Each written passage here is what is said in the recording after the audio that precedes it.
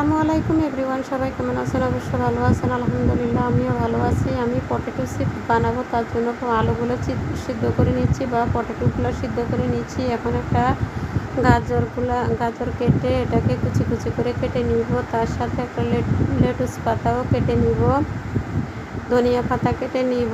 আর আলুগুলো আগে থেকে ম্যাশ করে রেখেছি। এখন কর্নফ্লাওয়ার, আলু, গাজর, ধনিয়া পাতা, লেটুস পাতা সব উপকরণগুলো দিয়ে দিলাম। তার সাথে একটা ম্যাগি মশলা দিয়ে দিচ্ছি।